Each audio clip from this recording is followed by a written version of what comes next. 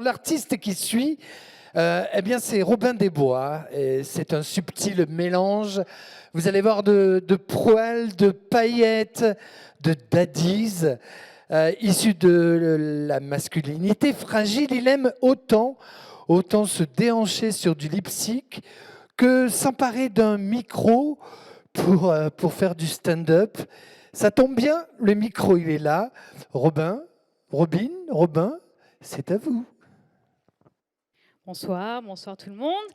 J'espère que tout le monde va bien ce soir au live, les artistes qui sont ici, l'équipe, et vous, chez vous. J'espère que vous kiffez bien cette soirée. Moi, c'est Robin des Doigts. Alors, moi, je suis drag king. Je vais commencer par me présenter, donc expliquer un peu pourquoi. Pourquoi Robin des Doigts c'est très simple, en fait. J'ai compté plusieurs fois, j'en ai plusieurs des doigts, donc c'est pluriel. Robin des Doigts. Bon, bien sûr, au-delà du nom, la démarche est plus profonde, parce que j'aime beaucoup la profondeur. Alors moi, je suis drag king parce que je me suis énormément questionnée sur mon identité, mon genre. Bien évidemment, je me suis énormément interrogée sur ma féminité. Oui, moi, ma féminité, elle m'a toujours au mieux intriguée, au pire violentée. Mais ce que je trouve d'autant plus intéressant, c'est de réfléchir à la féminité quand on est lesbienne. Parce que nous, les lesbiennes, on est des meufs qui baisons avec des meufs. Donc, si tu te réfères au principe de base de la féminité, on n'est pas des meufs. À partir de là, va comprendre toutes les mini-nuances de féminité qui t'habitent quand tu es lesbienne. Super compliqué. Vraiment, alors, moi, j'ai ma petite proposition à la communauté, je la fais ce soir. Je pense qu'il faudrait qu'on organise les états généraux de la féminité lesbianique. Ouais, alors il y a déjà énormément de classements qui existent, soyons clairs. Il faudrait simplement les officialiser, tu vois. Et le jour où tu reçois ta carte de membre actif ou passif du lobby gay, tu vois la carte qu'on a tous et toutes bien rangée chez nous dans un placard. Enfin, pardon, la carte qu'on a bien rangée en dehors de tous les placards. Le jour où tu reçois cette carte, il y a une petite mention de ton classement sur l'échelle de la féminité lesbianique. Moi, par exemple, quand je rencontre une meuf, ça m'aiderait vachement de pouvoir lui présenter ma carte, tu vois. Non, parce que moi, quand je rencontre une meuf, je sais pas pourquoi, mais elle sait pas que je suis un mec.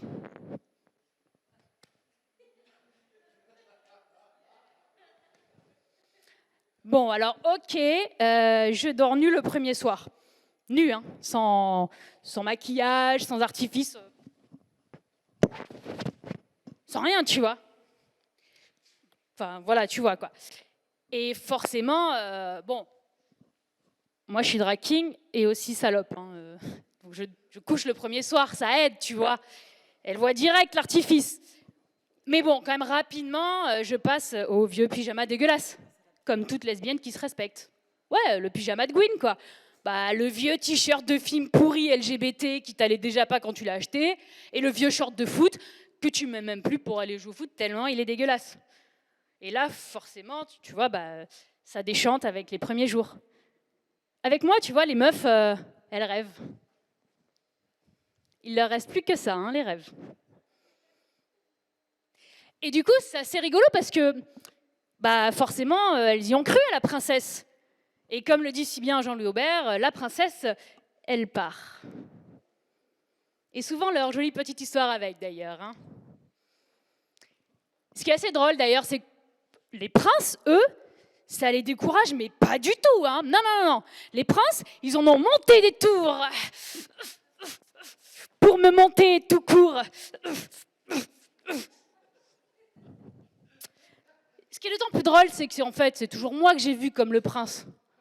Oui, c'est moi que je voyais monter les tours pour aider les princesses, les sauver. Moi, je me rappelle quand j'étais gamin, tu vois, j'avais un énorme rocher près de chez moi. J'y montais très souvent, c'était vraiment ce qu'il me fallait de petite aventure de petit prince. Je m'y installais et je sentais le brindillement du vent sur ma chemise hawaïenne à moitié déboutonnée. Je sentais cette sensation dans ma nuque rasée et je me sentais beau et fier. Bon, c'est un peu chelou quand même. Si, c'est chelou de se sentir beau en chemise hawaïenne. Ça, pour le coup, c'est pas vraiment ma faute, c'est la faute de ma mère. Ma mère, elle kiffait énormément Magnum.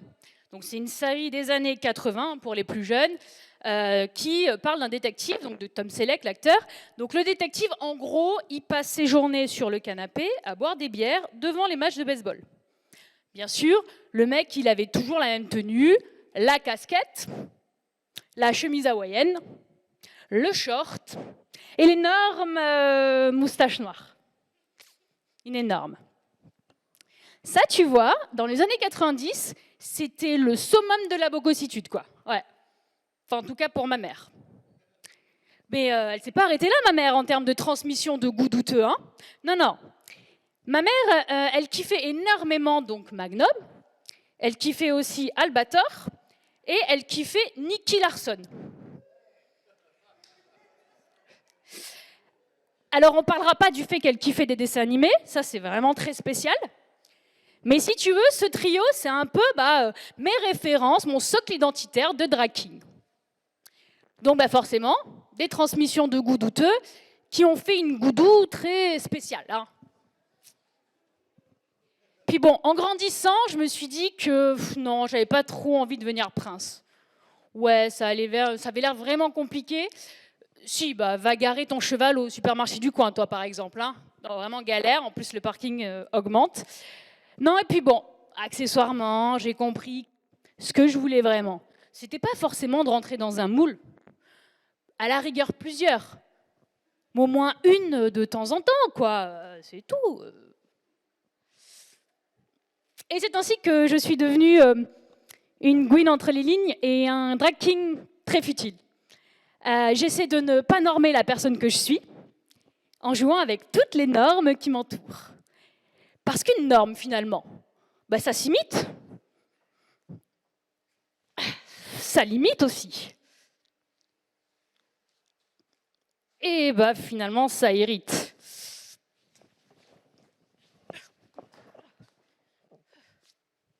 J'en perds mon pantalon.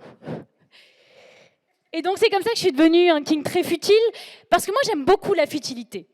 Pour moi, la futilité, c'est un petit bonheur dans nos malheurs. C'est une petite bulle, une petite parenthèse révolutionnaire dans nos vies quotidiennes bientôt cadrées. Et c'est pour ça que je terminerai là-dessus, et je finis toujours là-dessus dans tous mes spectacles. Fais ce que tu veux, fais ce que tu dois. Merci beaucoup, c'était Robin Des Oies. Bonne soirée à tout le monde. Merci Léo Live.